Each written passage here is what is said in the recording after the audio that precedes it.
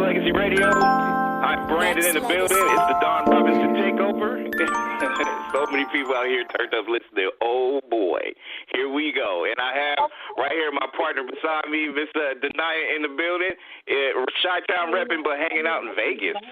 I'll talk to you more about that later, but what's up? We'll chat. I'm out here working. We'll chat. Yeah, I know. It was the last of 2 weeks, and so I'm blessed to be out here working with some amazing people.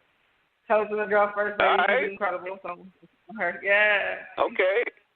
Do you think, girl? I'm proud of you. Hey, listen. So, all right, so I have the beautiful Dawn. Before I put her on, I got to make sure that I do this right. All the people out there listening, I appreciate you all listening live, and we'll be live streaming via podcast once this show is done. But shout out to all the people, and Denai, you know the cast of characters, everybody. Let me talk about the people in Canada, Toronto, Canada, all the people out there that filed in hours before, we went live. So shout out to people out there in Canada, Australia, New Amsterdam, Germany, and, I got to shout out to, the Bay where I'm at. Chi-Town, where you at? Well, you're in Vegas now, but, all my people out there in New York, all the people out there that tuned in early who came in, filling up the chat room, everybody out there, shout out to my man Gav out there in OKC. Listen, we got my guest, and she's like family anyways. It's been a handful of, months since I've actually had dialogue with her, but I think Denaya, I posted this maybe a couple of months ago, and I wanted to shout out Dawn and her solo project that came out in early 2000 because, how many times have I ran it? This music is still timeless. It's a fucking classic.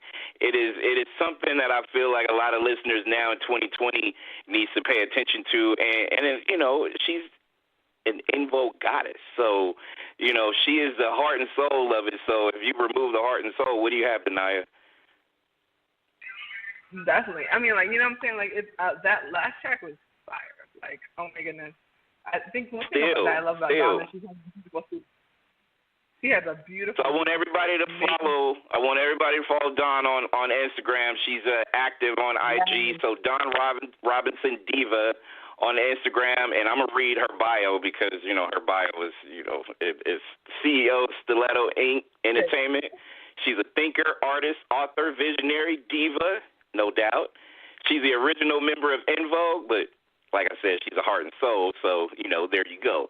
Lucy Pearl repping, and you can contact her for any real booking at bookdiva.gmail.com, and I want to introduce the iconic voice of Don Robinson on Nexxlegacy Radio. What's up, Don? Welcome back. Man, oh my God, was that an introduction, you guys? Tanea, is it? Tanea? How are you? Wow, man, you guys, Charles, that's crazy what you just said. I appreciate you guys so much. I am grateful. I'm smiling ear to ear like I'm just hearing it for the first time because every time is like amazing. Being introduced in any way. So what you just, all of that, I'm like, that's me? Is he talking about me? Listen, I work for you, Don. I work for you. God. Whatever you need to do, it'll be done. So it'll be done. Oh, man. That is crazy. I am grateful for everything that you recognize about me. So thanks, you guys, big time. Well, we got more. There are so many different countries that are listening as well. Oh, yeah. So all the countries of people. Wow. Oh, my Canada. Well, you got a lot of fan base. And before we talk about that, Don, it's great to have you back. It's been a long time, but I'm glad we get a chance to kind of, talk about just music, entertainment, pandemic, all this crazy stuff that's going on in the world and what you got going on. But I mean, let's just make sure that we keep it 100% clear. Like you are the heart and soul of Envogue. That will never ever change, no matter what's going on in the universe. That will be fact. So if anybody could, try to counter that, you're going to lose. So that is heart and soul right there. There's a lot of people in the chat room has been saying and speaking the same thing as well. They're like, you know what? There's no other voice like Dawn. She is what makes the engine run.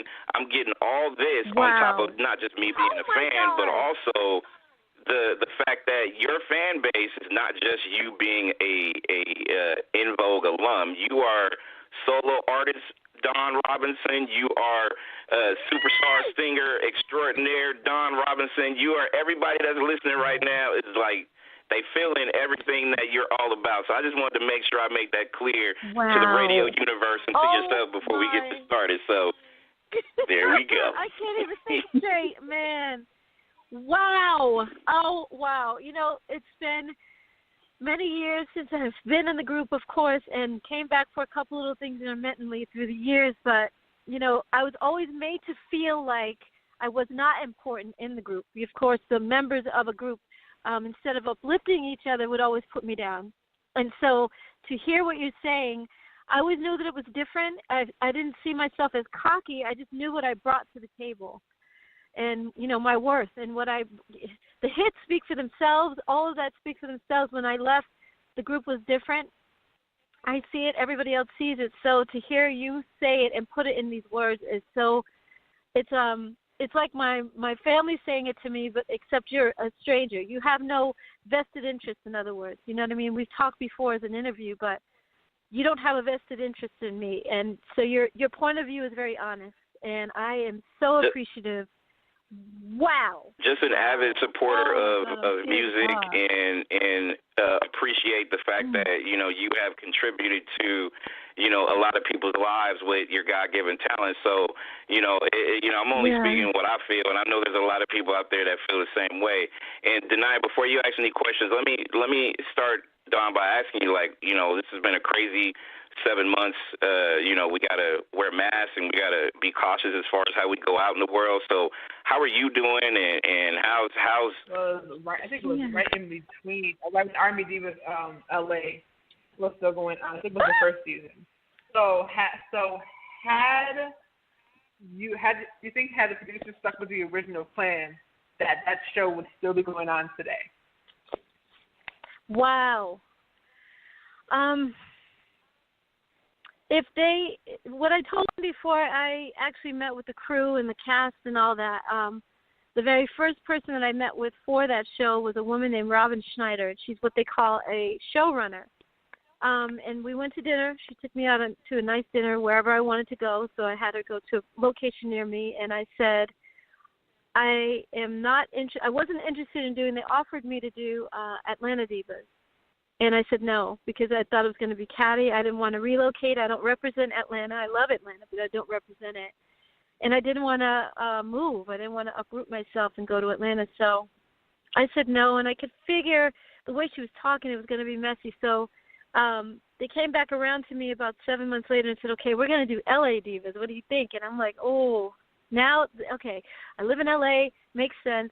I said, but the stipulations for me, there are two stipulations. I will not fight. I'm not about to start fighting. I didn't grow up fighting, and I'm not about to start on a show at, you know, in my 50s. I'm not doing that. And actually I was 47, 46 or something like that. So I'm not doing that. That's not going to happen. I'm not about to take nobody's man, have them take my man. All of that stuff is just, and they were like, well, no, we want a very, very positive show. You know, we want a positive show. We want to make sure that everybody's seen in a good light, and we're going to be supportive and have love on the show. I was like, okay, you know what? If you guys are going to do that, then I'm down. And the minute that I signed on the dotted line, you guys, it was like, oh, we got her now. We got her now, you know. So it changed immediately. It was like, no. They said what they needed to say to get me to sign, and then once I did, they were like, ooh, how can we strategize? And every little thing they tried, I was like, no. So Kelly Price and I, and Shantae Moore, and I think Little Mo was included, but we all agreed that if we were going to have any kind of discrepancies with each other, we were going to rectify the problem and talk it out on camera. Production came to us about a month after filming, and they said, hey, you guys are too nice to each other. TV One is having a problem with that. And I said, well, the problem that I'm having is that, first of all, I told you guys I wasn't about fighting. I wasn't going to do that. It's stupid. It's high school. We are grown women, and we have a responsibility to young black women everywhere that see us on a show. And if we can't resolve our problems with each other as women, then what do they think of us as women? Like, how are they going to grow up thinking it's okay to curse each other out and just walk away? And then the producer said to me, well, you you guys can have your disagreement on camera, and then you can walk away and have a drink later and rectify it at that point. And I said, no. Because, again, the image that we're putting out there is everything. Perception is what I'm talking about, and you guys want us to do all this bullshit, and I'm not having it. So we agreed as a cast that just because the production company and the network tells us that we have to do a certain thing doesn't mean we actually have to do that. You know, let's be. So we had to make sure we watched ourselves when we talked on off camera. If we had our packs on, we would turn them off and put them on silent. Because if you're in the bathroom and you're talking and you're saying something that they don't need to hear, they will use that. For instance, Kelly Price, I think, had a scene. I know she did, but I wasn't on it that particular episode with her. But she had a scene where she came in. They told everybody to bring something from their childhood that represents who they are, and what they had to go through back then, and how it's changed their lives today as grown women. So Kelly Price brought in some Timberlands, saying that, you know, at one point she brought in tennis shoes, Timberlands, and some Vaseline, and she was talking about a razor blade or a switchblade or something like that she brought with her after a while. But she brought the tennis shoes because she used to run home from kids beating her up because she was fat. She felt like she was ugly because that's all they called her. Then she brought the Timberlands because after a while she said, I am not going to run again. I'm going to turn around, I'm going to fight, and the hell with these people. And I brought a switchblade or a razor blade to protect myself. But she never had the razor blade with her on camera. She talked about it, and they used that and made it seem like she was trying to use it on Shantae Moore. And Shantae was like, and we did a scene together, and Shantae was telling me at the restaurant, and she tried to use it on me, and she was using, and I said, no, Shantae, I'm sorry. I wasn't there. I wasn't in that scene, but I doubt very seriously that that's what happened. And I can't understand why you're telling me that she talked about her childhood and things that she needed to protect herself with as a kid, and now you're saying it that she meant to use that on you?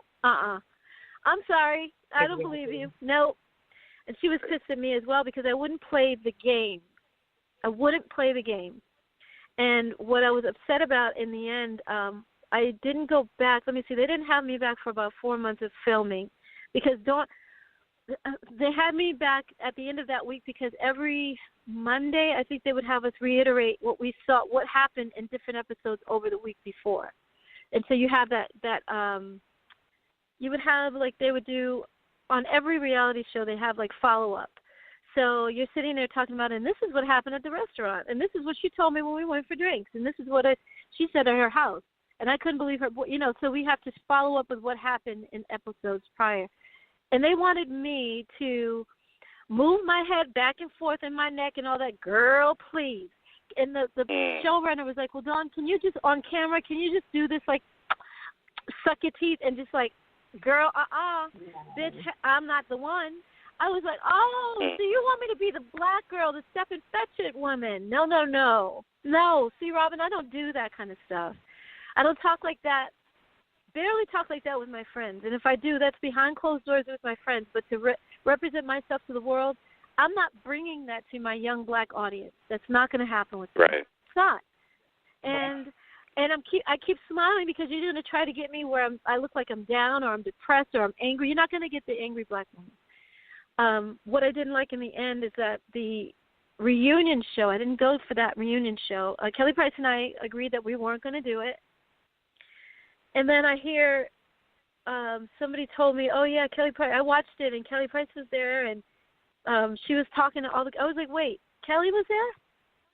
They said, yeah, you haven't seen, I'm like, no, I haven't seen it, I'm not going to watch. They said, well, she was just telling everybody that how much she loved each one of the girls or something like that each one of them stood up and she held their hands and she told them it. And I was like, wait a minute. They all turned against her. I was the only one who had her back. The only one. That's why I did, Not Your Mama's monologues with her. So I was shocked. I was just shocked. I'm like, okay, that's the way that the game. So she tried to call me maybe about 3 weeks after the final episode aired, and I wasn't taking her calls. I didn't answer her emails, and I just didn't respect the fact that I had your back and you didn't have mine.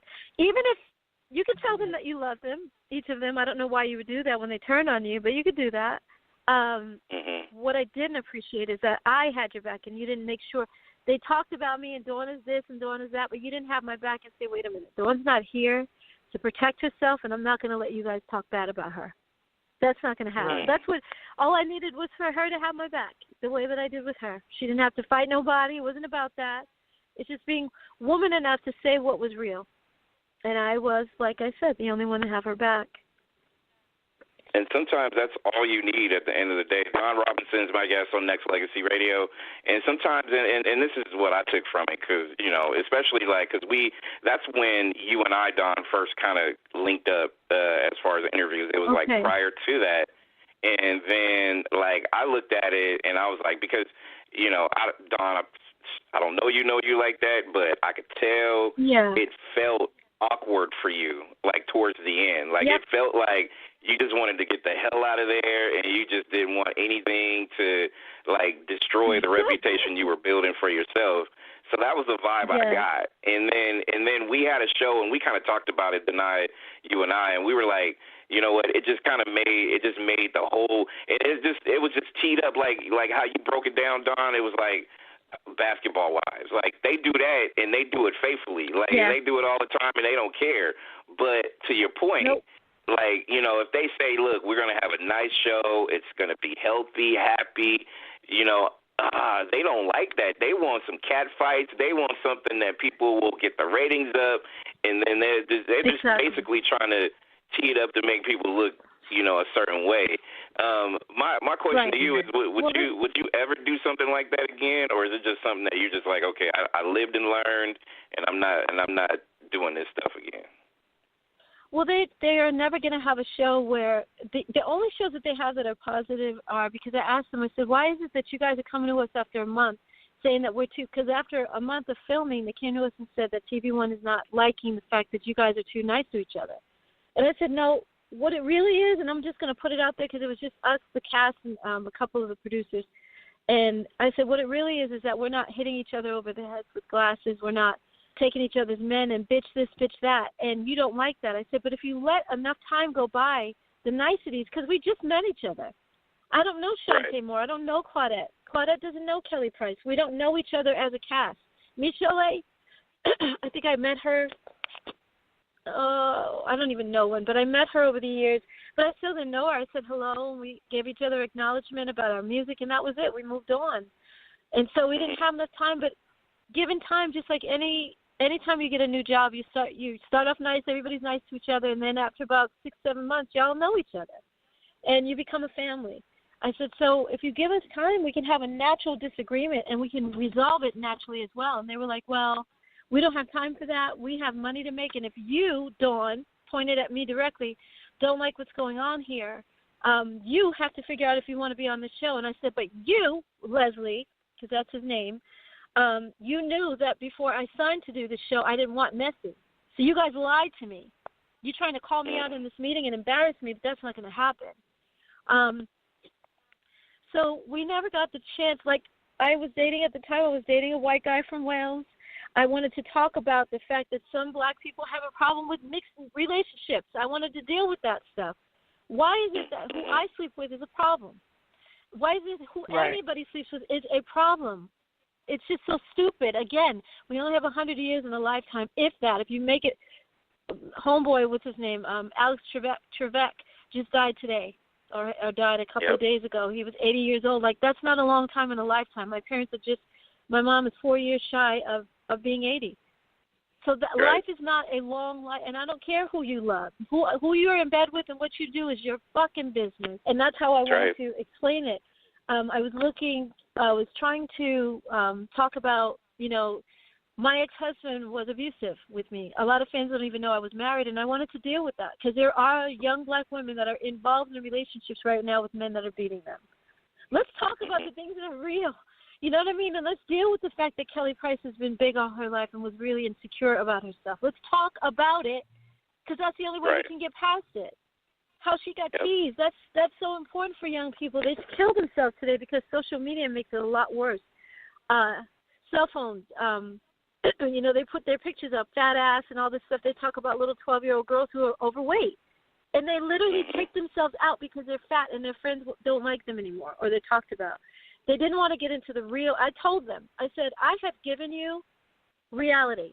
I have never had a child. I have infidelity. My husband had 3 children outside of my marriage, our marriage, and with other women. And, you know, I have problems with infertility, and I want to deal with that too. And they were like, well, we could take you to a couple of doctors, but that's about it. They didn't want to get into the real stuff. So would I do it again? I know you asked me, and I went a long way around it, but I doubt it unless they guarantee me. They said that the only reason they have positive shows with families that have children is because there's children on there, and they don't want to exploit children. So, and I'm like, but just because we're single women on a show or single men doesn't mean that we don't want to be, we want to be exploited like that. We don't want to be exploited. You told me that we were going to have a positive show. Shantae Moore had an amazing idea. She has a book that she was writing at the time, and I hope she still comes out with it, but it's called Will I Marry Me? We as women have so, remember? You heard about it? Yep. I remember talking about that. You talked about it on the show. Yeah, it was so brilliant. I was like, Shantae, I'm sorry, I got an echo. Go ahead, I'm sorry. I remember watching, like, you know, watching it from the very, very, very first episode and just watching it decline and wondering what the heck happened. I was like, wait a minute. Yeah, well, she had that idea, and I told her it was brilliant. So the scene where we were marrying ourselves, we were at a chapel. We had to pick, first of all, they had us come in and try on these wedding gowns. And Kelly Price is a big girl, and they knew that. But they only had probably size 5, 6, 7, 8, maybe a 10 at the most. I mean, Kelly Price is probably a good 16, 17, 18. She's a big girl, and she told them that, and she was crying because she said, I can't even try these dresses on, and you guys knew that. And they were like, well, no, that'd be funny, you know, to just make a joke about it. And she said, no, this is my life. This is my life. I've been begging peace for this shit, and you guys think it's, oh, she had them, she was in the car. She was like, I'm leaving this motherfucker. I'm not, and they were like, production went to her car with her, and please, her husband talked her into going back in, and she did the scene, if you see it again, in her normal dress.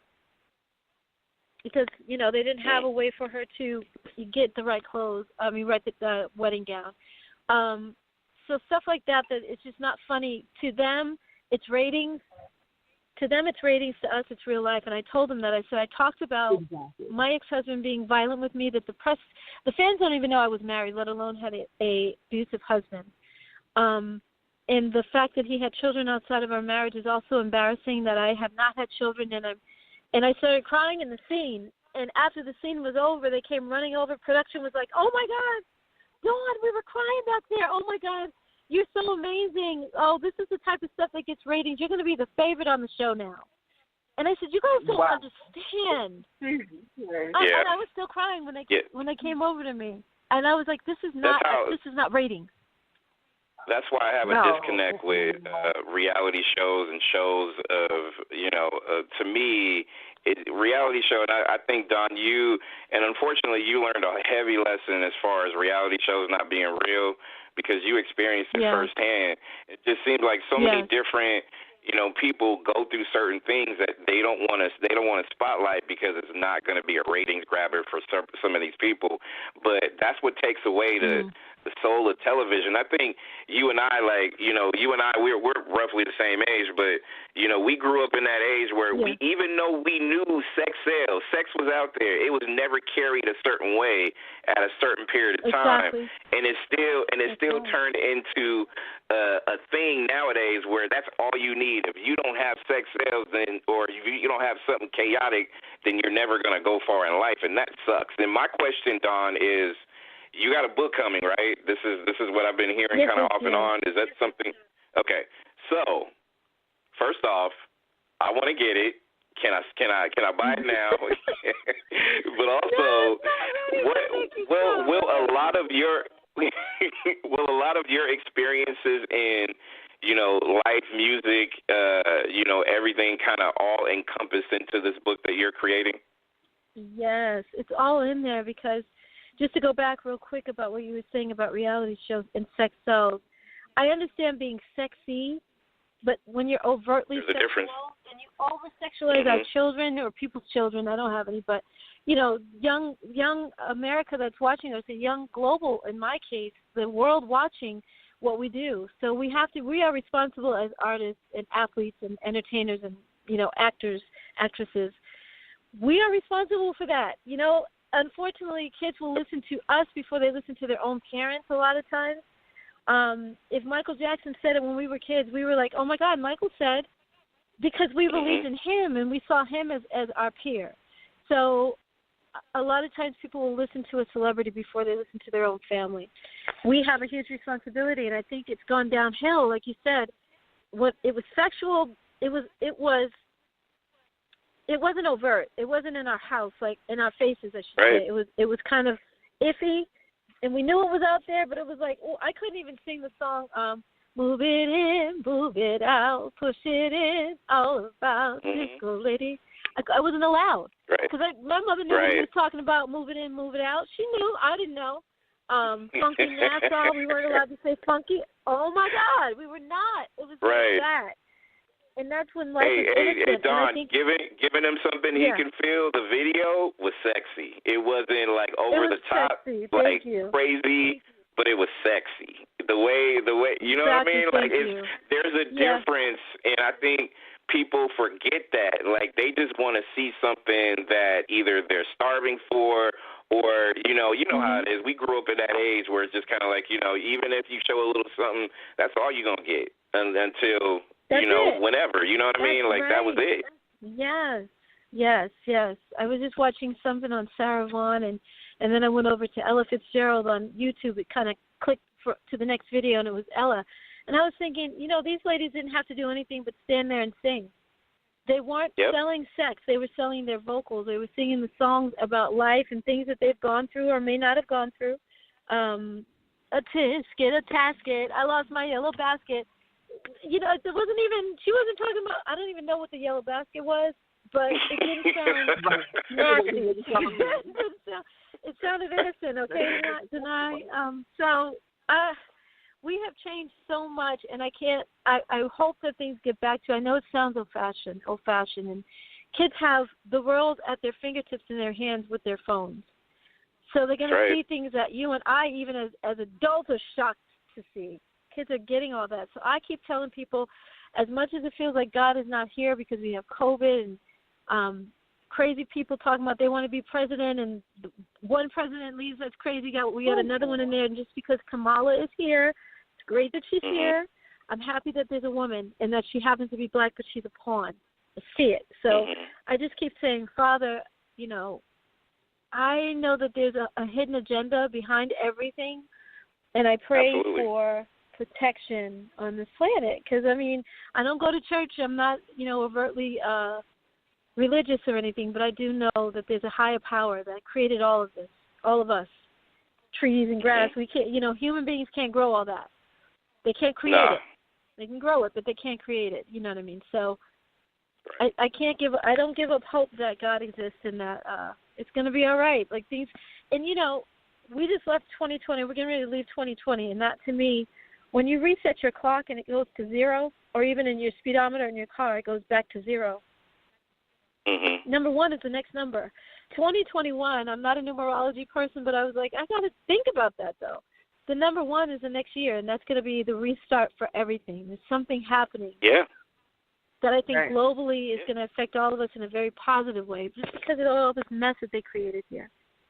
It's just like Dawn 2020. It was like January 1, 2020, new decade. Let's do something different than we've ever done. Here we go. And then here this pandemic hits. And Dawn, you got a title for the book? What's the book title? No, I don't. No. Well, yes, I do. Break of Dawn is what I've been throwing around. Break of Dawn. Ooh. Break of Dawn, because everybody in hip hop has used that word as that term. Thanks, Denai. Thank you, guys. But Break of Dawn, because I'm breaking away from my past, and I am the dawn. I am the new, the next for me. So Break of Dawn. I'm breaking away from everything that was, and I'm starting over again, a new day, a new dawn, a new beginning. Because that's what my name means. It's what it stands for. So, yeah. Or just a new dawn. A new dawn. Think about it. A new dawn. It is. A new dawn. Yeah, exactly. Well, I see what you're saying. Yeah, Break of Dawn. Right. I see that one too. I mean, I've thrown that around as well. A New Dawn. Why didn't I choose that one? And what was I saying about that? Because I'm breaking away. And I mean, A New Dawn says the same thing. You know, basically, it's like A New Dawn says you're breaking away from your past. Very true. Yeah, so I get it. And Dawn, I get it. And Dawn, let me ask you, because I know you're gonna detail, you're gonna chronicleize a lot of personal stages in your life and your career and stuff like that. Sure. And I know a lot of it is stuff that you're letting your fans know. Like you said, you've shared a lot in certain things, but I want to talk about the Envogue legacy real quick, because not real quick, but you can dive into it as deep as you can, because something resonated with me, and I want to get your thoughts on it, because I'm pretty cool with Ralph Tresvant, New Edition. People out there know this guy, right? So him and I are pretty cool. He had something on one of these channels, and I'm not saying anything personal. It's it's out there publicly. He said something that made me think about you, and he was saying that during his time, during the 80s, late 80s, 90s of New Edition, when Bobby was already doing his solo, Johnny was doing his solo, right around the formation of Belle Biv DeVoe, everybody was secretly kind of doing, certain things on the side. And he was like, nah, for the sake of the team, I'm just not going to even, pursue a solo project, because that would detour what he wanted accomplished at New Edition. So it made me think about you, because like I said, I'm a fan of yours, but also deeper than that, I've understood your journey as far as your quest to do that. I feel like you did the same in a lot of ways, because you've kind of tabled your solo career for the heart and soul of Invogue to be bigger than it was, or at that particular time. When you feel that, when you come across certain things, like that, and your solo career, in my opinion, and everybody else had other little side deals or whatever. When you think about certain things, do you feel like you did all you can, or were you misunderstood in the sense where I just wanted a piece of the pie like everybody else, because everybody else had different things going on as well? Well, no, because I was one of the two members. There's four of us, of course. So I was one of two that was asked to do a solo album first. And I regret that to this day, because Terry did her album first.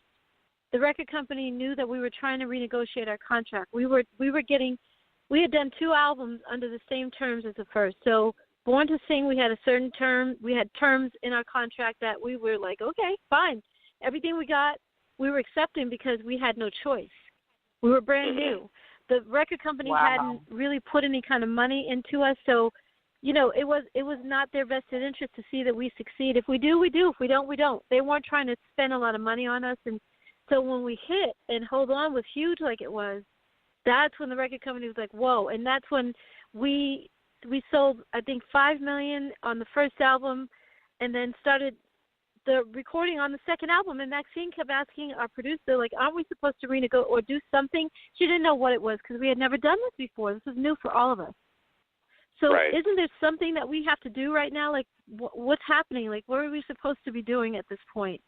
And he said, no, don't fix nothing. Don't break nothing. It's fine. Everything is good what it is, because for him and his partner, which were our producers, they were sharing the same amount of points that we were as four girls.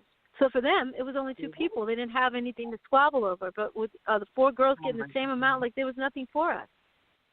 So, of course, we were supposed to, when you go platinum or you sell 1 million albums, you're supposed to tear up the old contract and go back in and renegotiate for better terms. And we never did. Right. We never did. We went in for we did Funky Divas under the same terms that we did Born to Sing. And that is a shame. That's sad. That is that's a travesty. Yeah, man. Because that is a travesty. It was. Say again. That's a huge travesty. That's a huge. It is. Huge travesty. It is tonight. It is, because there was so much to go around. It's like by the time I left the group in '97, we had sold 28 million records. 28 million records worldwide. That's insane to me. And most of that was in the producer's pockets. So I say it like this is in my theory, and I'll put it in my book. I am putting this in the book. You know, the IRS gets theirs first, then the record company, then the producers, then the managers, then the agents, and then whoever else. Even our choreographer at one point was like, y'all see this house? Because Frank Gatson, he's our manager, our choreographer, and he was like, yeah, I want y'all to come to see my house. So we went to his mansion. You heard me. And when we got there, he's like, yeah, y'all bought this. Y'all bought this mansion. And did you see that Hummer that you walked past in the garage? You bought that too. And you bought my Mercedes-Benz that's sitting right next to it.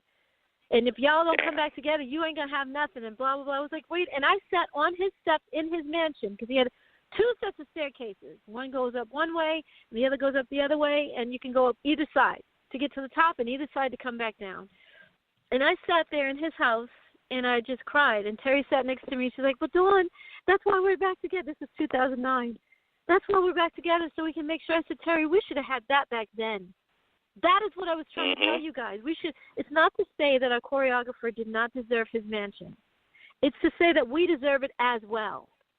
Because not only did he have a mansion, not only did he have a mansion, but our producer had a mansion as well in Black Hawk, and we walked into his house, and my mouth, being what it is, spoke before my mind could tell me to shut up. And I was like, oh, so, because he's like, yeah, this is $20 million, $20 million mansion. I was like, oh, this is what our money bought you. And the girls looked at me like, oh, my God. And I was like, well, I'm sorry. I'm not sorry. But, I mean, come on. And he's like, no. I mean, I got it it was a foreclosure, and I got it for $8 million. And I'm like, nigga, did you just say to me $8 million? Like, that's still a lot of money.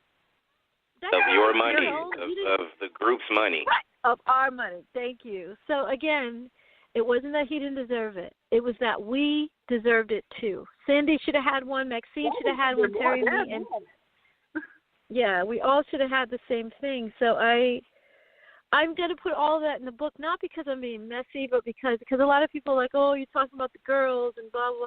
I'm like, yeah, I'm telling my story.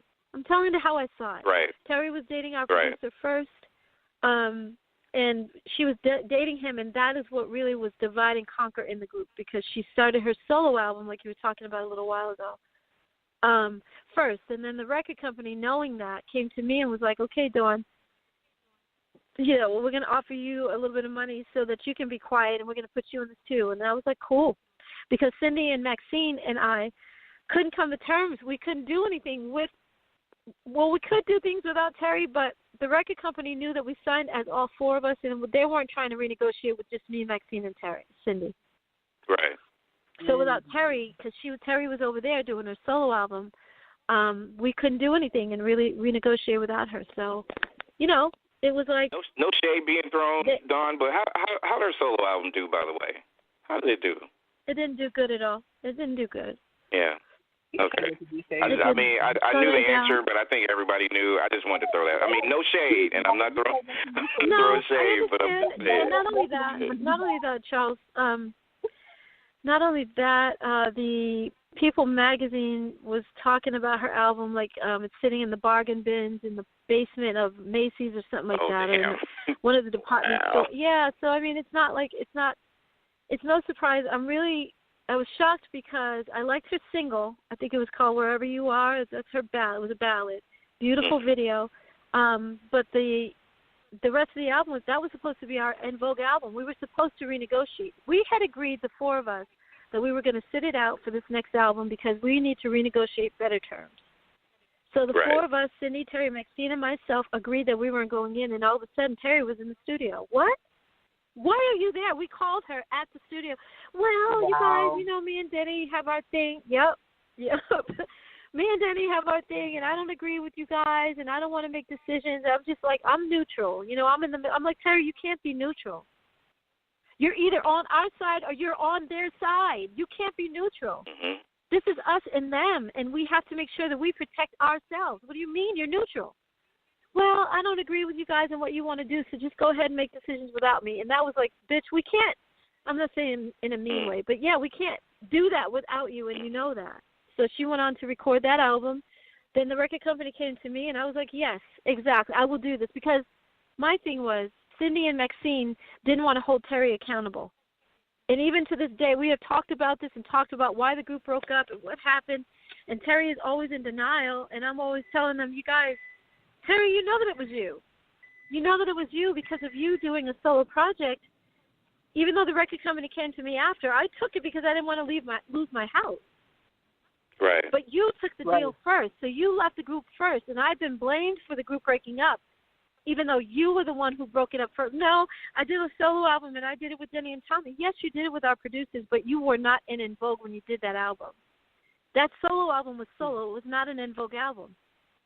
So you technically were gone from the group. You were solo. And it's really hard because the reason that they kicked me out of the group in 97, I forgot when Terry's solo album came out, but I had we were supposed to have so the record company came back to me and said, Dawn, okay, we're going to take you out of the studio. I know you're working on your solo album that we did with you, but we're going to take you out of the studio and we're going to start working on the En Vogue album, and we'll get back to your album eventually. And I was like, no, because you guys played games with me. You fucked with the wrong one. Excuse my cursing, but you messed with the wrong one, and I'm not going to have that. You put Terry's album out. You gave her tour support. You gave her a budget for a video. Even Maxine and Cindy and I supported her solo album, and now you're telling me that you're not going to take my album seriously? Like, and that, I'm just saying her album was garbage. The stuff that I was doing was like, wow, and the record company kept coming back to me like, we like the song, keep going. They gave me a little bit more money for a recording budget because I was doing great, and they loved it. And then all of a sudden it was like, nope, we need that revenue. The label head is looking at us like, the head of the label, like Sylvia Rome was powerful, but she had somebody above her that was like, hey, we need this En Vogue album. Where is it? We don't care about the solo albums, and we don't none of that. So, like I said, we were trying to renegotiate. We were supposed to go in, the four of us, and renegotiate, and when Terry did that, it messed it up for everybody. And then the record company was like, okay, back in the studio, En Vogue. So we went back in, and that's when we did, I want to say, we were working on not Runaway Love album because that was only an EP, but we did what became EV3. It was supposed to be not really EV4 because we didn't have a name yet, but that would have been probably the name EV4. And they didn't take me serious, so I was like, nope, I will stay in the group, but I want my solo rights revoked. I want to be out of Invogue. I'm sorry, I want to be out of the label as far as my solo is concerned. Solo career, right. I want somewhere else. I want control of that, but I will do the En Vogue album. So that's why I ended up finishing that EV3 album, and they took my vocals off to a certain point, but I hear myself everywhere. All over that album, I hear it everywhere. You can't mistake it. And a lot of I saw Babyface maybe about, I'd say 6 years after that album came out, and he said, Dawn, oh my God, you don't understand. It was so hard for me to take your vocals out, so I just pulled them back in a cut. I didn't really take them out of there. And I was like, see, I knew it. Yeah. I knew I could hear myself. Yeah. I know my voice. I know it. And because this is the thing, you guys, when you have a group situation or even a duet or duo, if one piece is missing, it sounds totally different.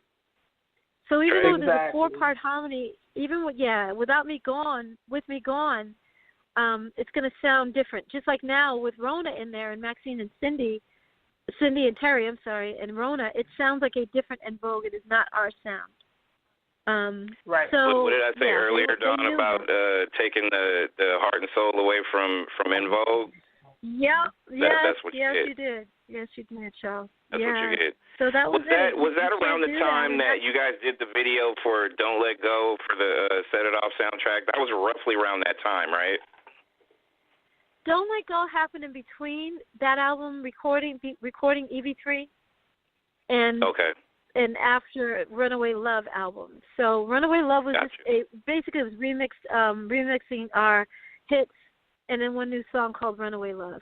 So it was like 6 songs and an EP. So, but still, it was like an album. You can't pay us for that. Like nobody was paying us still, and we were going on the road and smiling to the cameras and being funny and being happy on stage, but we weren't making any money. It's just insane.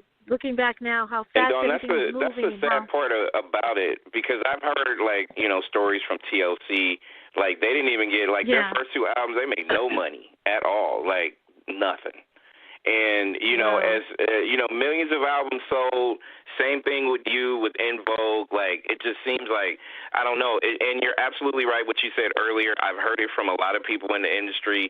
If your first album goes big, then you know what? Let's renegotiate that second one. And if it's not the kind of deal you want, like, I understand the business part as far as how you broke down. Listen, we're not going to do a second album unless the numbers are right and everything that comes with it. Exactly. But it's hard being a part of a group, right, when you either get outvoted or, even if you do agree, somebody else is salty, and the shit is just, that's when the vibe breaks down, right?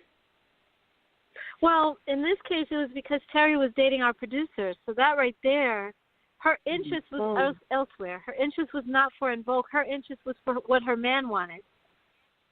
And instead of, looking, like, at one point we had a meeting, and I was like, Terry, you're not looking out for yourself. Denny is looking out for himself and his business partner, our producers, Denzel Foster, Thomas McElroy. Denny and Tommy are looking out for themselves. But you're not looking out for yourself. And if you and Denny break up tomorrow, what is it going to be? Like, you can't fix that. You got to fix it now. Right. Now's the time when we renegotiate, and we have to stand in solidarity together as the four of us. We have to have each other's backs. And so when they kicked me out of the group, it was because Sylvia Rohn had a big meeting with us. She flew in from New York to LA. We were in Terry's hotel room, and I was told to be there at a certain time, but I was always late to meetings. And I got there, and they had been there a while, because you could tell there was like plates and dishes, and they were there a lot longer than I was before I got there. So I was like, and the conversation was already going, and I couldn't really say much. And when I looked over, we were supposed to have a creative meeting. When I looked to my left, and I was like, okay, and I said hi to everybody. But then I was like, and our producers, our attorneys were there, and I was like, why our attorneys weren't supposed to be? It was supposed to be management and the record company and us four. But these other three people are here. Why are you guys here? Why are the attorneys here? And I started texting my boyfriend at the time. He had those reading texts that you could have, text to talk or whatever it was called. You could text and read the text. Instead of somebody's pager, you had a pager. We had pagers. And I was saying, okay, something's up. They got something going on. And before I knew it, Sylvia Rohn was saying, so Dawn, we can't have any hidden agendas here. And, you have a solo deal. And I said, yeah, Sylvia, but you know that I have a solo deal with you. You already knew that. Well, I had already slighted her, and she didn't like it because I outsmarted the record company. When they didn't take my solo album seriously, that's when I told them that I wanted to get out of the group as a solo artist, but I would stay in the group En Vogue. So we continued to record the En Vogue album, what became EB3. I went in the studio every day just like usual. Nobody was none the wiser to anything. And when she said that, I was like, wait a minute. So what is different about Terry? Because Terry did her solo album first, right? She said, yes, she did. I said, so what is different about Terry doing a solo album than me? What's different about that? And Terry turned to me. She was sitting across from me on the couch with Sylvia. It was Terry, then Sylvia Rohn, then Cindy, and then one of our managers, a big couch. And Terry turned to me and she said, it just is, Dawn. It just is. It just is. And I was like, wait a minute. It was like when your mom says, when you say, Mom, can I go somewhere? And she says, no. And you say, why? And she says, because I said so. Because I said That's what that felt like right that moment. Oh, my God. I was like, right. What is this? I feel like I'm 10. Oh, no, I'm 14 years old again. Right. I am 14 years old again. And Dawn, the way I look at it is, I look at it like this, and Denia, back me up. So if they're shutting down your solo, I mean, they let Terry go first, but they were so determined to shut down your solo album. It's because of this reason. Correct me if I'm wrong, Dawn. Denia, back me up, because I think you know where I'm going. They didn't want your solo album to come out because you were going to be bigger than what they were doing, what Terry's album, etc., right? Am I lying? I got you. No, I'm not. You're obviously right, but this is the thing. I was still, if they would have let me do my solo album with the record company, I was still with them. They would have had me as an artist, so they would have won. They would have had success. They would have had money with me. I agree. So I don't understand why they blocked that whole thing. They blocked it. They didn't want me out there. They wanted, but this is. We all know and understand now. Everybody's waking up to the world that we live in, and making sure that artists are successful financially. Black artists is not the thing that they want. Yep. They didn't want us to be. They wanted me to be in the broke down En Vogue still, not making any money still. And that's why they didn't want my solo album to be successful, which sucks so bad because everybody else made money off of En Vogue, but not us. That's what I was confused. That's what I was like. That's why I was confused when she talked about the choreographer made more money than you. Like, wait, hold on. Oh my God. And the fact that the choreographer told you that he made more money than y'all and said, well, don't watch this. I would have been like, wait, sure did so this. I'm confused on how you thought this was going to help the situation. But that's why you know how you can rewind time. You can rewind time and go back, and you can think about, damn, if I would have did this. As far as an industry, as far as and us as fans, when we look back, like what would have or could have or should have happened. Like I feel like in a lot of ways, and Don, this is your real life. This is how you make a living. This is what you do.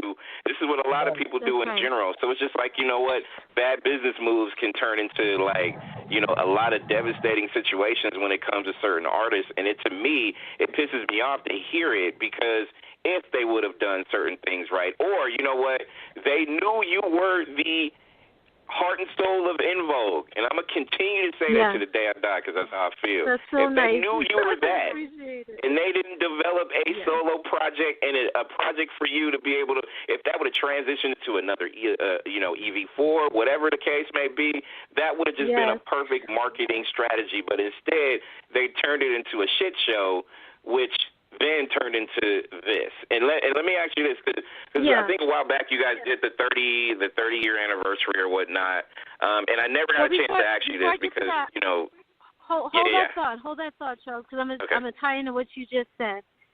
If they would have, this is the thing, it was too soon for Terry and I to do a solo album at all. But if they would have taken care of us financially, we never would have tried to do a solo album. We should have been rich, but we were still going under 2 pennies a record for each of our albums still. You guys think that we should be okay with going in under those same terms for a 4th album? Really? Good point. Really? Wow. Are you kidding me? So everybody's got mansions around us. Everybody except us have mansions and all this money. Our producer was rolling in a brand new Porsche. Every single year he would lease a new Porsche. I'm rolling around in a Ford Fiesta with an oil leak, trying to get to rehearsal, trying to get to the studio when we record, and you're telling me that this is okay and we should be happy with this mess? I couldn't understand that. So had they taken care of us, we would have been okay. And you wouldn't have had a fight. You wouldn't have had us going in trying to do solo projects because it was too soon. We were still trying to get we needed that 4th album to we should have been rich. I remember being on tour doing a play called Love Makes Things Happen, and Coco was in the play with me from SWV, and Kevon Edmonds from After 7, and it was Babyface did all the music because it was named after his song Love Makes Things Happen with Pebbles, and I was the leading lady. So we all had to go out on stage and introduce ourselves as a cast before the show started. That's how we did it different than most plays. And I was the last to go out, so it was me, Coco, and Kevon, and I felt comfortable enough to ask Coco, because I've been seeing her with, like, Louis Vuitton everywhere we went. In the airports, she would rent a car, a brand-new Porsche or a brand-new, Range Rover or Mercedes-Benz, wherever we went, is the major cities, I would say. I was like, okay, Coco, I've been seeing you with all these fur coats and all this stuff. Did you guys make money when you were in SWV? And she said, yeah. She said, if we didn't have to record any more after our first album, we were rich off of our first album. I sat there. I still see myself right now. I was out of body, you guys. I went out of body because Kevon put his hand on my shoulder because she went out on stage and introduced herself, and then Kevon was next, and then I was the last one to go. And he was like, Dawn, my brother is babyface, and we were broke too. I understand what you're going through. And I was like, it's not that SWV shouldn't have had it. They deserved it. But what happened with Envogue, a group that crossed over with pop crossover, like, I didn't understand. I couldn't get it. And I called my mom after that next scene. I did the scene. And then I came back and I called her and I just broke down. I'm like, Mom, Coco, SWV even made money. And I asked her why before she went out, and I said, how is that? She said, because we had an amazing manager. She was a beast, and she knew that if she didn't make us money, she didn't make money either, so she made sure that we made money. I was like, who is she? I heard the same thing, Dawn, from SWV, and to me, it's just like I'm so glad you mentioned that. I'm glad you did because, again, it goes back to, like, how it's handled, not just management, but, you know, all three were in collaborative form where they were all in because their manager made sure they had money at the end of the day. So that's why you didn't really hear too much as far as, you know, any you know, strife going on with their, you know, with you know, each other because they all were connected and they all were, at the end of the day, they were making as much money as you can at that particular time. And then, Dawn, you know this too because even in the 90s, it was, you know, it was a free-for-all, and everybody had their creative juices flowing. You had a chance to be able to, you know, do tours like you and Envogue, internationally known, doing this, that, and the other, and you still had to struggle, which to this day is still a trip to even think about, especially back in the day, because it was so good to see, you know, you with Envogue doing so well, but then not really. And that was stuff we didn't know. Exactly. As fans. Yeah, you know what I'm saying? You had to smile for the cameras. Right, exactly, I do. We had to smile for the camera and act like everything was okay. And I remember when we got our plaque for, I think it was I don't know how many platinums we had, but they were presenting a plaque to us for so many million sold.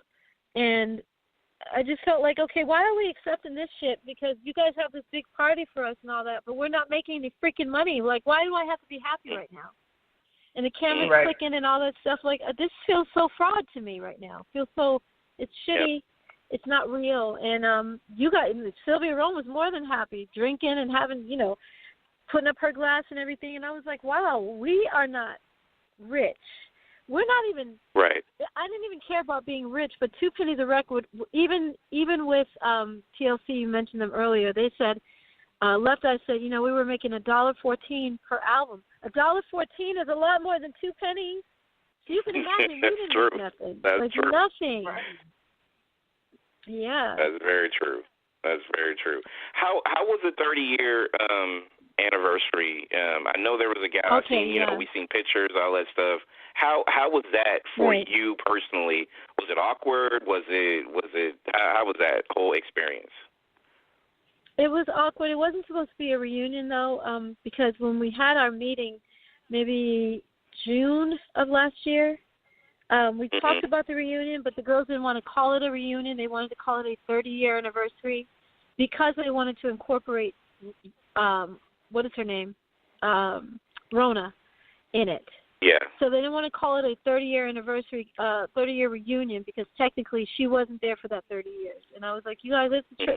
So we can't call it what we want to call it and what it actually is because Rona's involved. And Rona wasn't at the meeting, so I was very candid. I said, you know, Rona has never been mean to me and Maxine. She's always been gracious in the press. Always, always, always been gracious. She's had nothing but nice things to say. Well, really, she didn't say anything at all. She just wasn't mean, but she didn't say anything about Maxine and I. Good or bad. She just was quiet, and I respected her for that. However, Rona wasn't there from the beginning in building that foundation of Envogue, the living in our suitcases and traveling the world and building that name. She wasn't there for that. So I thought, you guys need to have her step back like she did in 2010 for our 20-year anniversary. She stepped back. We toured that whole year from 2009 to 2010, which was our 20-year anniversary, and Rona was not a part of it. So why can't she do that again this year? This is our 30th year anniversary this year, 2020. And they said, well, Rona's been with us longer. And after a while, it was just me and Cindy going back and forth. And I was like, Cindy?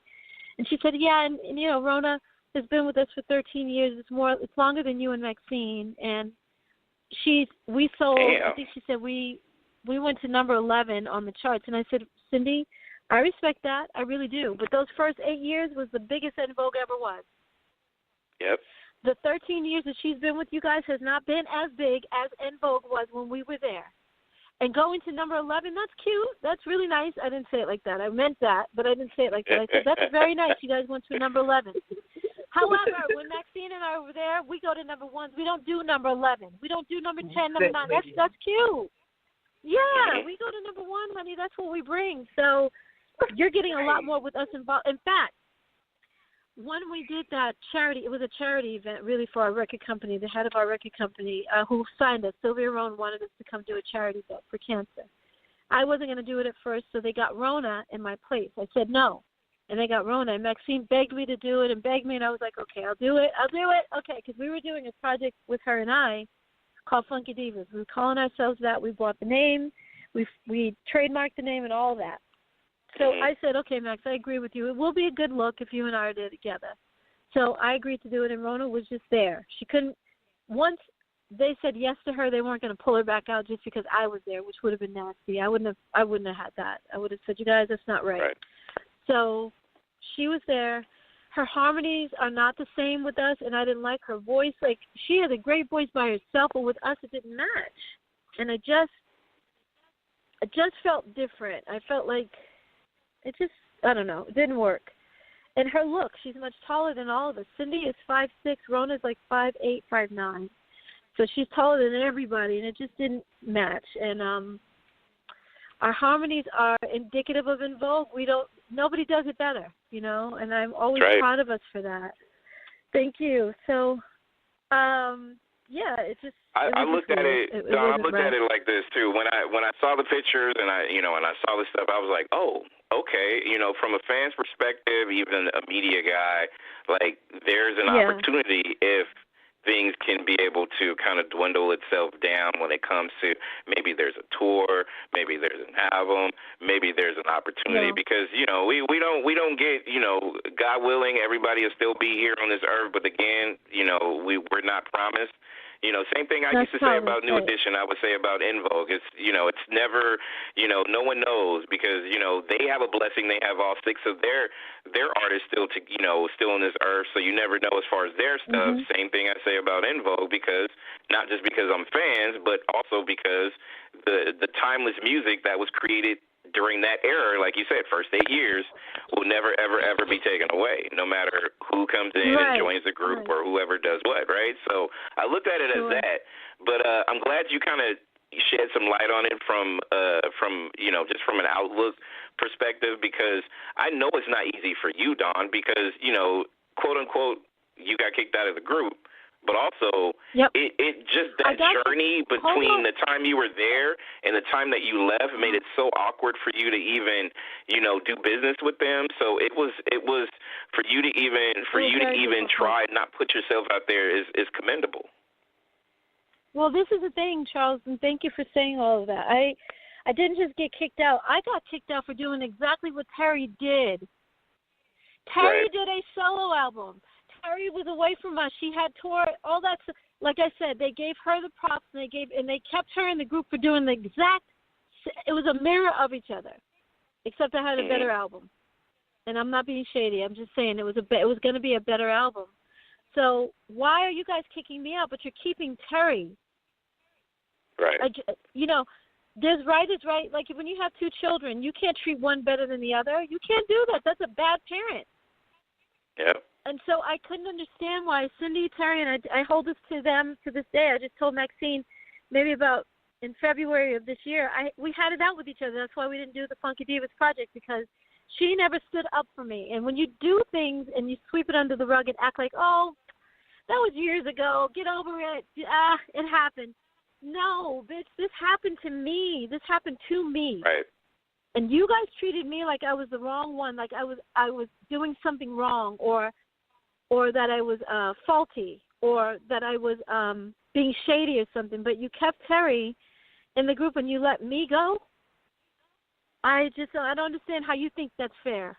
I just don't see it. And so yeah, it was difficult for me to go back to do the charity thing. That's why I said no at first. And Maxine was like, please, Dawn, please, we got to do this together. And I was like, okay, you're right, it is a good look. When we went back, Charles, that whole thing that we did with En Vogue, going back, we broke the internet that night. When everybody else I remember. The freaking internet. For the first time of En Vogue's history. They've been together all these years. I left in 97. Maxine left 2 years after me. Then they got Amanda first, and then they got Rona. And you mean to tell me that in all this time that the internet has existed, they have never broken the internet? Not once? Until we came back.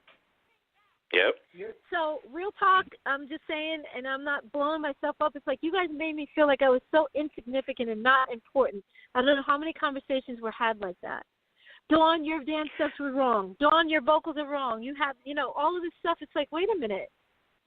And I called them on it on our very first tour. We were doing the MC Hammer tour, and we would always critique ourselves. So we would watch the VHS tape after the show was over on the tour bus. Right. And it was always about what I was doing wrong. And was it Dawn is this and Dawn is that and after a while I got frustrated and I left out of the back lounge area, and then I saw Maxine come out to go to the bathroom, and I said, Max, can I talk to you?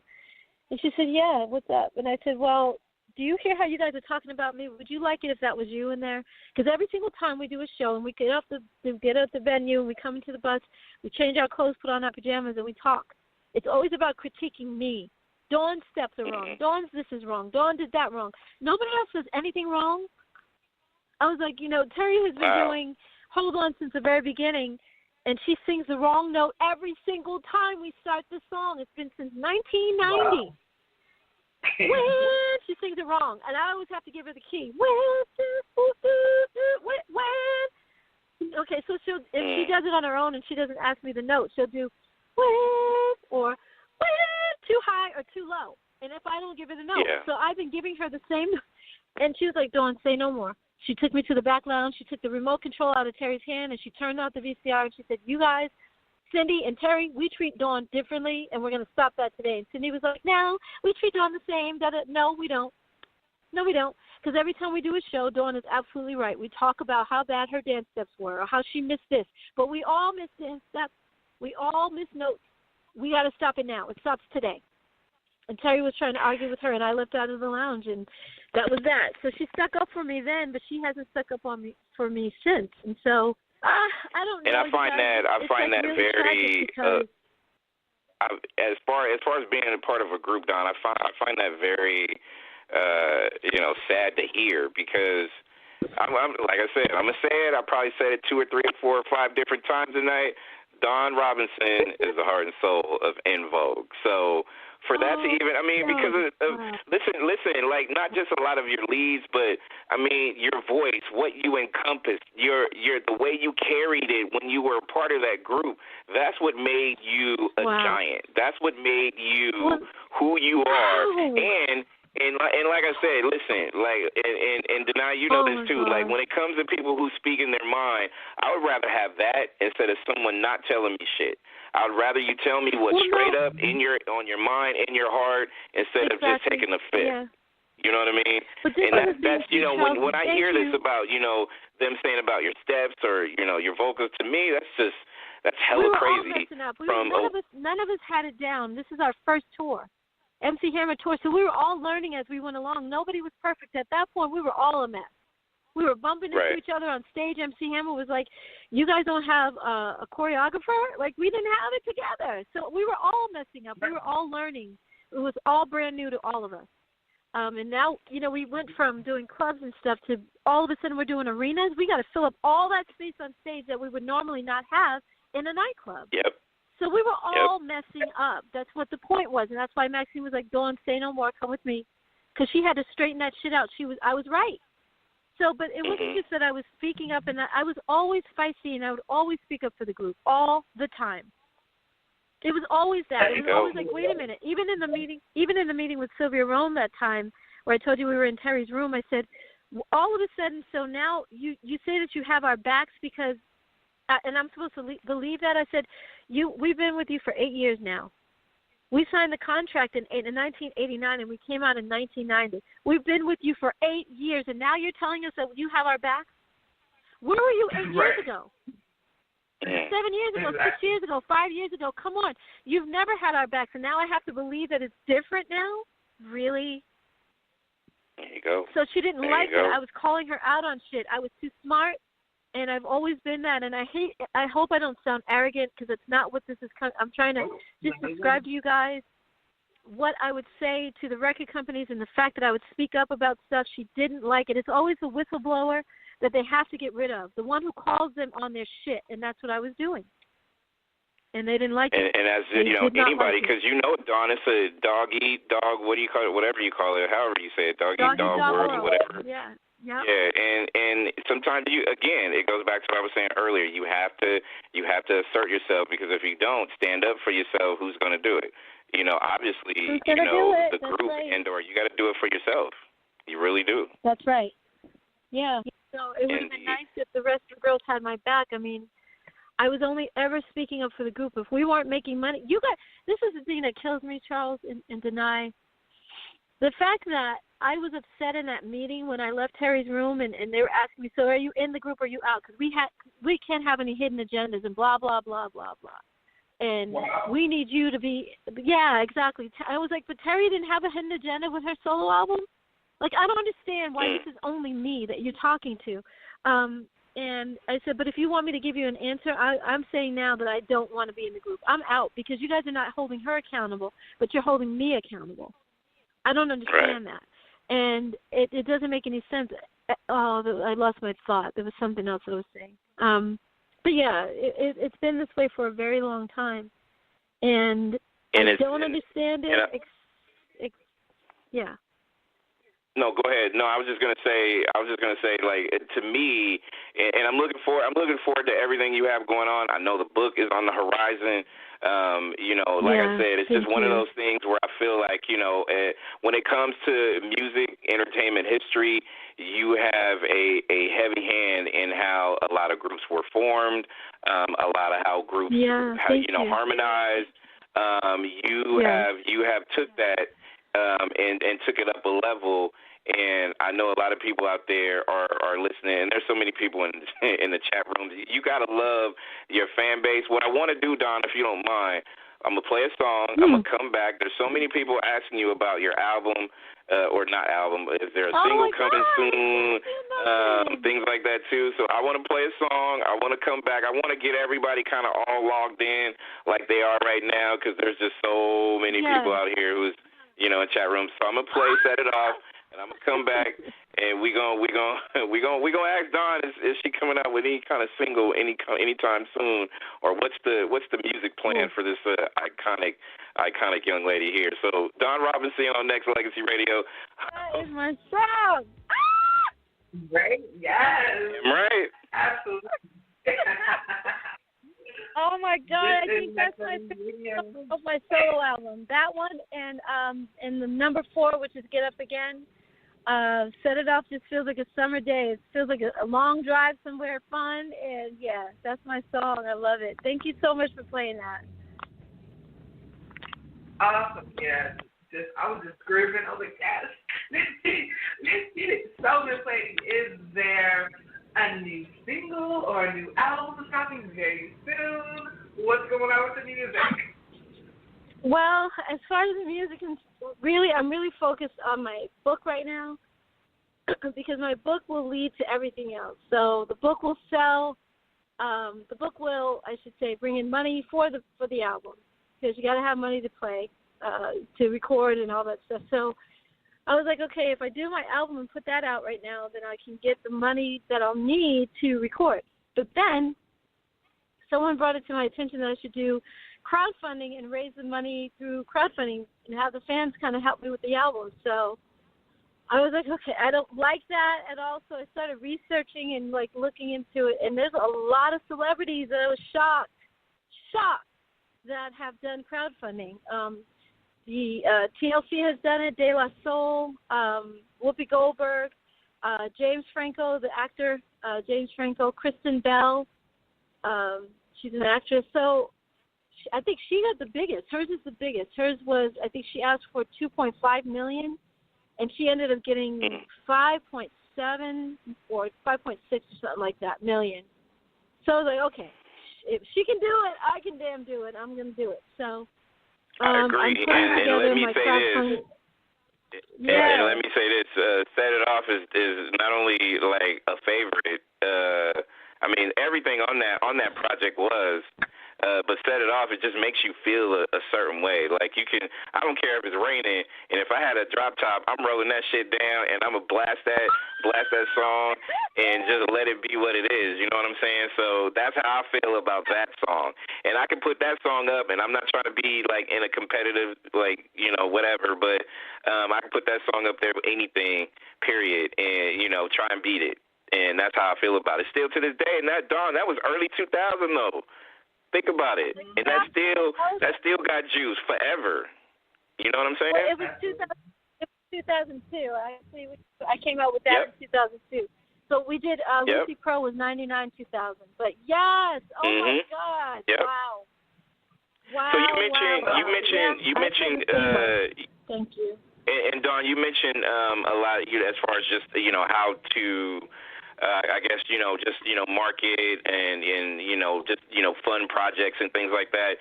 And, obviously we all know the business is way different than how it used to be in the 90s, 80s, 70s, so on and so forth. So I feel like, you know what, hey, listen, Don, whatever works, throw it on the wall, see what sticks. And also when it comes to, like, like private funding, things like that too, media, whatever media you need. Like I know, Denia has her magazine. I have this station. I have, a platform. Like I feel like we got to give back and we got to start doing what we can for other people for the love of. We're not putting conditions on what we do and how we do it. We just want to support people's growth. So whatever sticks, throw it on the wall, Dawn, whatever sticks as far as that goes, because people want to still see and hear everything that you have to offer because, there's no expiration date on talent. And there's no expiration date on, putting yourself out there for your fan base. And everybody that's listening and loves you and loves your music and loves the contributions you made being an original member of Envogue, they just want to see you be at your happiest, which is your music and your God-given talent. Wow. Yeah, thank you so much for that. You have to be creative today. And with the internet and all that stuff we have, it's not going away. So why not utilize that? Nope. That's how I feel. And all the politicians that ever run for any office at all, they're the ones who gets money. They do lobbying and stuff like that, but they get money from outside sources. So I'm like, okay, you know what? It's not like I'm buying a new pair of Louboutins or want a wardrobe or want to redo my house or something. I'm building my career back up. So asking your fans for money, it's I think it's a labor of love that they're going to want to be involved in as well. Like you said, they want to see me win. So I am not ashamed of that. I really feel like it's there for a reason. That's why it exists, Right. Listen, if I want to buy Dawn Robinson stock, I'm all in to buy. Let's do it. You know what I'm saying? That's really what it is. That's exactly what it is. At the end of the day. Yes, that's right. Dawn Robinson stock. Wow, I like that. Yeah. There are different platforms like I didn't hear you tonight. Patreon is a platform that would be great for that kind of stuff. Patreon is a platform where you're able to have people have like membership. She's talking about Patreon, Dawn. I haven't tapped into that yet, but I know that's a thing for a lot of podcast people, stuff like that or whatnot. But I know there's so many different avenues as far as music marketing, marketing as far as podcasts, different shows, stuff like that. But Don, to your point, you're absolutely right when it comes to just making sure that you find different ways. But these ways have got to be organic. It can't be like favor for a favor type of thing. Like, that's why, Denia, myself, and other people out there, and there's so many people like in different rooms are saying like, you know what, hey, where can I give? Because I just want to hear a new Dawn single. That's all I want in life. Yes, that's so cool though. And to me, I think especially nowadays with the internet and promoting, putting things out there and just making sure that you have a team that's really pro growth. And I'm not saying that people don't want money at the end of the day, because there's managers that still take 10 off the top, but or more, but, you know, in general, people just want to see growth and do it in a way where, you know, they do it for the love of and not just because, you know, it's Dawn. You know what I mean? And it's got to be deeper than that. So that's why being careful with making sure that everybody kind of puts their, you know, their stamp on certain things, you got to be really cautious and careful and just, you know, see, because you just don't know, because there is a lot of shady people online too and in person. Just saying. Yeah, but if you go through a platform like crowdfunding platform, you're going to be, they're overseeing the whole thing, so you're not going to get no doubt personal people coming to me saying, "Hey, I got $10 going." You know what I mean? It's not like that. Right. Platform. So it's protected, and I feel comfortable with that. Good. But I think it's, you know, to me, like I said, it's a labor of love that the fans are going to want to be down with, and I just feel good about it. I feel like it's okay. It's politically correct for me to ask them to help participate, and they're not. It's not. They get something for it. You know, I have all my all of my, what do you call them? My perks. So, you know, they get a free book, depending on how much they give, because not everybody. So the more you give, the more you get.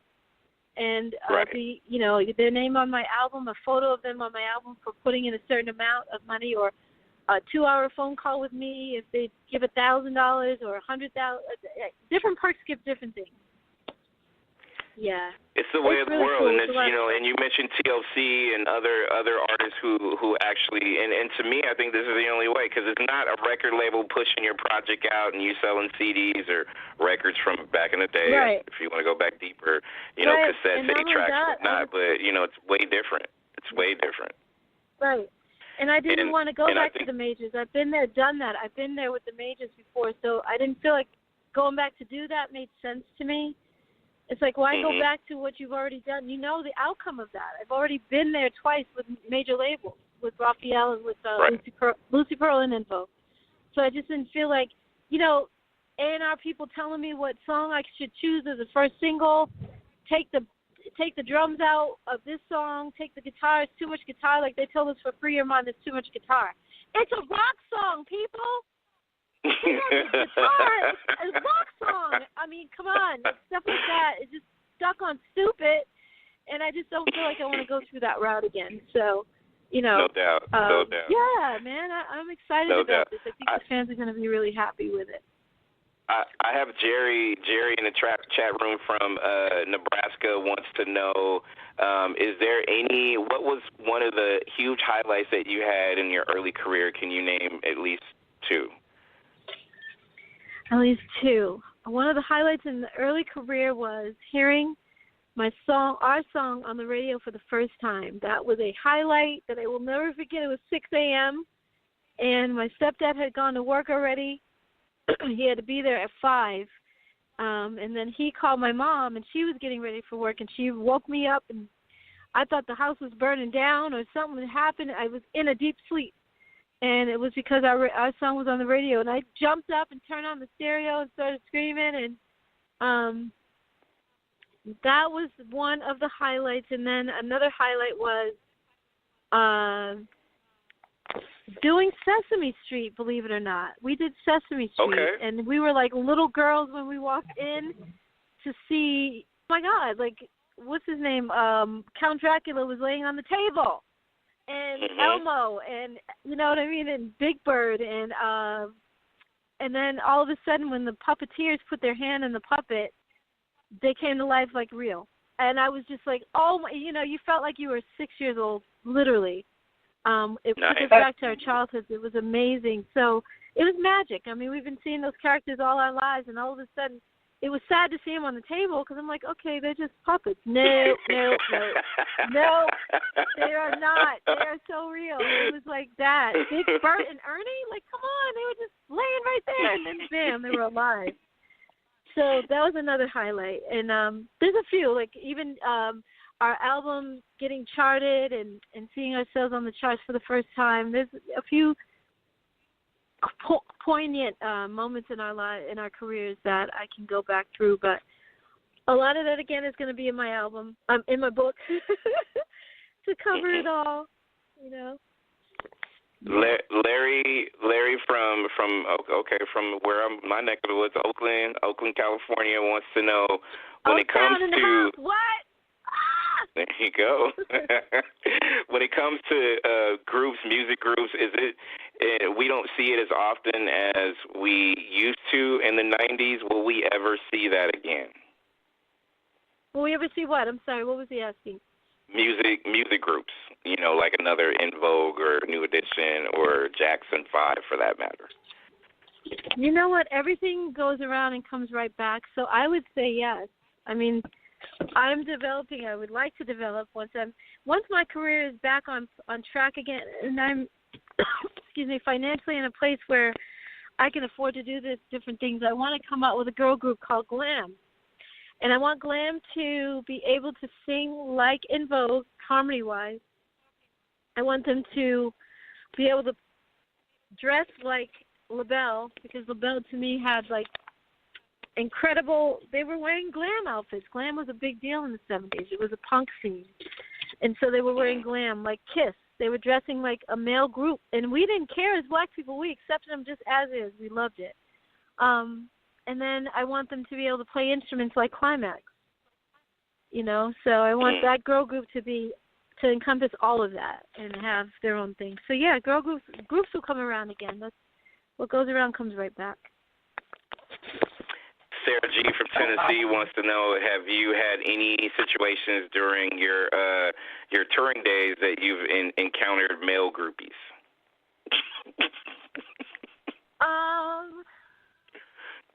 No, not really. We were so protected as girls.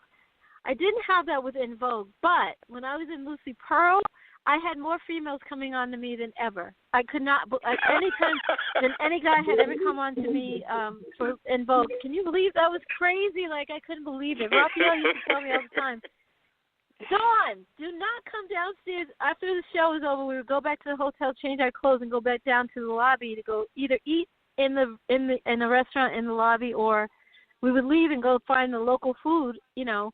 Sometimes it was too late and everything would be closed. So he's like, Dawn, please don't come downstairs until you know that I'm gone. And I'm like, what are you talking about? He said, every time I pick up a girl in a different city, she wants to get with you. Okay, wait a minute. First of all, what kind of chick do you pick up? And I am not interested, so I'm not going to sit in my room and wait for you to call me and tell me that you're gone from the hotel. I'm not doing it. That's on you. But, yeah, I had more groupies with Lucy Pearl than I did with En Vogue. Because we had security around us all the time. We were always protected. No doubt. And I got to shout you out, too, because I know Lucy Pearl was another extension of your talent and who you were as far as your creativity. And I know you put together, you know, that group was put together, and it just, you know, it had so much flavor, and it was different than En Vogue. Nexxlegacy had your stamp on it on so many different levels musically, so, you know, that was always a Thank you so much. Dope moment to have. Invogue for life. I don't know who this person is, but this person is sending a message from Seattle, Washington. Wants to know when it comes to just different projects and different things that you've done so far in your career. What's been your favorite either song? Well, okay, yeah, she did put song. What's your favorite song? That's just like what favorite kid though. To be honest, like who do you like? Your oldest or your youngest? No, I do have a favorite because I sang lead on Don't Let Go, and that was a tumultuous time. Don't Let Go that's when they were trying to get me out the group. I was told by someone who said, don't let it come from me. But, yeah, they're trying to get you out of this group. And I was like, you're kidding. And I was stunned. I was so overwhelmed. And, yeah, because I had no idea. I was so green, and I thought everything was good. And what are you telling me? Like, they're trying to get me out of what? I helped build this group. Like, I'm one of the forefathers, just like Cindy, Terry, and Maxine. And, what do you say? You know, and I kept looking at this person like, well, are you serious? And they said, yeah. They don't want you to sing lead, so they tried to take me off the lead and let the other girls sing lead, and they couldn't do it. They could not sing it like I sang it, so they had to let me stay on the lead, and it became our biggest hit to date. So, you know, that's my favorite song for that reason, because it's a great song, too. I mean, come on, it's a great song. It's a rock ballad. Still a classic. And I love that. Still a classic. still classic. Video was dope, so too. Much, yeah. Video was dope. Right. Looking fly, too. Lipstick, hair, all that. Just dope. Just, there you go. Exactly. Thank you so much. There's 2 different versions of that, just in case they don't know, the fans don't know, but there's 2 different versions. There's one with footage from the movie, set it off, and then there's one with just us as a group doing vignettes. And I start with my vignette, and then Terry, I think, is after me, Maxine, and then Cindy at the end. Yeah. Women in Charge, I guess that's their name. Messages from another one from San Francisco, California. I got a lot of babe people in here too. Definitely a good look. Wow. When it comes to women artists, women are not getting. Well, I'm just reading this verbatim. A lot of women are not getting credit as they once did in the music industry. Do you think this will ever change? Well, we have to take it. I mean, we can't really say that we don't get the credit because we're really starting to now. I mean, you got Missy Elliott, you have Alicia Keys producing for people. And, I mean, what I want to change more than that is the fact that we don't get paid like we're supposed to. That part, as black artists overall, black men, male artists as well as female, you don't see the stuff that we've gone through in the country world. You don't see the stuff we've gone through in the rock and roll world as much. And if you do, it's because they were on drugs and they were messed up. But still, everybody gets bailed out. The record company has their backs and they bail them out of stuff. So they put them in rehab. They don't do that stuff with us. So it's not to say that we need rehab as much, but they don't bail us out of our situation is my point. That part I'd like to change more. But women are getting their just due more now than ever before. Candy from Escape has written for, Scrubs, and she's written for a lot of people as well. So we're starting to get that more. It needs to happen a lot bigger, but we're definitely getting more than we used to. There you go. Dawn Robinson is my guest on Nexxlegacy Radio. And one quick question. You know what? I'll have to ask that before we let you go. But make sure people go follow this woman on Instagram, Dawn Robinson Diva. Listen, also, if you want to book Miss Dawn right now, go ahead and book divadawn@gmail.com. Make sure you go ahead and support this young lady, still young lady, iconic young lady in my book. Right. Yes, I am. Damn right. Go ahead, Tanaya. So one more question for Dawn before we let her go. So, Tanaya, what is the one piece of advice that you have for up-and-coming female groups right now? Oh, my gosh. When we first started, there was no information out there for anything. We couldn't research our contracts even. We just had to go by what our attorney told us, whereas now, if you want to look up mechanical royalties, it's all online. Every single thing in your contract that you can imagine is online. So that is the one piece of advice. I would give more.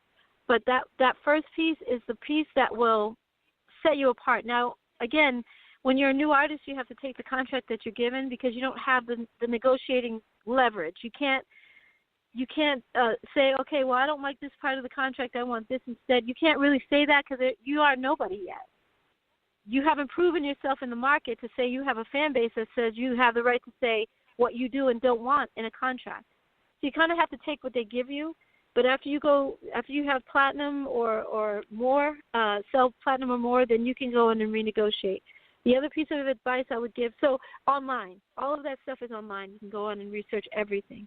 And the other piece of advice I would give is talk to each other. If you're a group, especially talk to each other, because when the communication breaks down, like when Terry decides she wants to be with the producer and not with us, that's a problem. That's a huge problem. That's not going to end well. It's going to make it messy for everybody, including the producers, which I, to this day, don't understand why our producer didn't tell her, Terry, I love you, you're my girl, but you got to take care of business with your girls. You got to do that with them. I'll see you later. We'll meet back up in the bedroom, but for now, we got to do business. Maybe we did tell her that, and she just didn't want to listen. I don't know. But, yeah, communication. You guys talk about stuff, not yelling, not accusing, not hearing each other or just being dismissive of each other. You have to talk or it will fall apart. I don't care what relationship that is. Mother, father, sister, daughter, brothers, uncles, cousins, husband, wife, girlfriend, boyfriend, boyfriend. It will fall apart if you don't talk. Communication. There you go. As told by Dawn. And listen, before we let you go, I got to say this, and tonight you're going to always back me up. I got to tell you that not only is it a pleasure, but, you know, there's still unfinished business that we at Nexxlegacy and Denia with our magazine that we want to continue to do. So, like, we kept talking about making sure that whatever we can do to be able to help your growth, not just as a solo, you know, but everything that encompasses what you're trying to do going forward, Denia and I will support you 110%, organically, unconditionally. We don't want anything outside of just to see you grow and do well. That's our mission. But also, I'm gonna say this, and I'm putting this on air too, because Denia, you know this. I've been trying to give away these damn Amazon gift cards forever. So when Dawn is done with this book, once you buy a book from Dawn, your man right here will hook you up with a $25 gift card. So probably the first 10, maybe the first 10, 15 people when this is all said and done. So this has been in my drawer forever.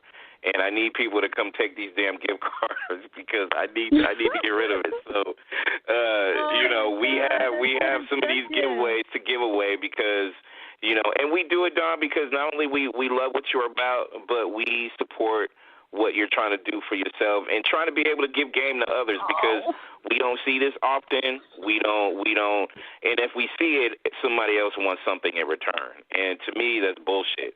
Do it because you want to do it. Do it because you love to do it, and do it because you want to see the next person happy. And that's what we do. So we just have a lot to do and deal with, Dawn, so just keep that in mind. I've been doing interviews probably, I've had 24 or more interviews in the last 2 weeks, and it's been crazy. Back to back, 2 in a row the other day, same day. And I have about 50 more to go, and everybody wants to talk to me right now because I am truthful. And they see it. I've been saying the same thing for years, decades, really, not just because it's 2020 and it's our 30th year, but they want to talk to me because I tell the real, and they like that. And so, but I haven't had journalists, and I know if they hear me, they're going to be like, wait a minute, I thought you loved me. I do love everyone, and I appreciate the love that I'm getting back in return, but you guys are on another level. You're on another level, and I don't know, your hearts are so real. You know, it's like journalists want to talk to celebrities and want to talk to entertainers because they want to know what we're doing. But you have an affinity for me. There's a love there that I can feel that's different. I don't know if I sound sappy or not, but I feel that. No, you're right. So I really do appreciate people. And Dawn, not just because I'm a fan of, I'm a supporter, and there's a difference between, you know, you can be a fan and you can just kind of go through the motions, but being a supporter is just like putting in whatever kind of work that needs to be done to help that person grow. Each one teach one, and I feel like if you've given, because Dawn, you've given so much of yourself to not just to your group, to your fans. I mean, because, you know, that's like, you know, pieces of your soul that leaves every time you do what you do. It's time for us to be able to get that shit back, and that's just fair. What you guys know what I mean? In life. The fans made us who we are. Without you guys or without fans buying the tickets to the shows or buying the music, although we didn't get paid financially from all of that, we still became En Vogue because of the fans. We cannot make it on our own. You know, and an artist is not an island. We can't make it by ourselves. So I appreciate anything that the fans have done, but the fact that the love is still there, that is like, sometimes you're isolated in your own world and you haven't been out in so long. The hits stopped coming after 1992 for En Vogue. That was our last hit. That was our last album having hits and stuff. So, and then with Lucy Pearl, it was 99, 2000. But again, I didn't get paid from that project. So you just feel like you're forgotten. It feels like no one cares anymore because you're not on stage, you're not on TV, you're not, in my case, not on stage because Cindy and Terry have been, but not me and Maxine. So it is beautiful. The amount of love that I'm getting right now, even more than the other girls, like I just feel like finally I'm able, and this is a bigger part for me, that I'm able to tell my truth because I didn't have the power of the press when they kicked me out of the group. They told the press I was being difficult. They told the press I was being a diva and wanted to go solo. And I'm like, hello, I wish that the media would have talked to me or thought about it. Dawn is not solo. I didn't go solo on my own. But it was the power of the press that they had in their hands, and I didn't have the power. People weren't calling me to see what happened and hear my side of the story. So I am just blown away. I really am. I hope you hear the sincerity in my voice and my heart that I am grateful that anybody wanted to talk to me, but you guys are really over the, oh, my God, yeah. I can tell, and that's why we're going to keep the communication lines open, and we're going to continue to support you and your truth. Because to me, I always feel like it's important to not just have an interview, but just to have an interview and, you know what else can we do to, help move things along, Dawn? That's what we're doing. But what I want people to do is, and I'm publicly putting it out there, Dawn gets her book out, I have gift cards to give. Anything else in between that, we will celebrate and we will build. And if Dawn puts something out there where we will invest, hey, listen, I told y'all earlier, I want to buy Dawn Robinson stock. Whatever I got to buy, that's what I'm going to do. Because I want to hear new music. I want to see new projects. I want this woman to be able to have the opportunity that she so richly deserves. So with that being said, thank you so much. You know I love you, so you know I do. Love you sure. right back. Love you right even more. You guys are amazing, and I thank you both for your platform. When I do my book, I want to hear your have me back on so we could talk about my book or have me on for my album. Either one is fine. I'm glad to do it. Listen, Dawn, we'll be talking before that because, you know me, I'm greedy. I want an autograph book, so whatever I got to pay to get it, I'll get it. But also, I feel like there should be a single soundtrack to the book. You know what I mean? So that's my thinking. Maybe.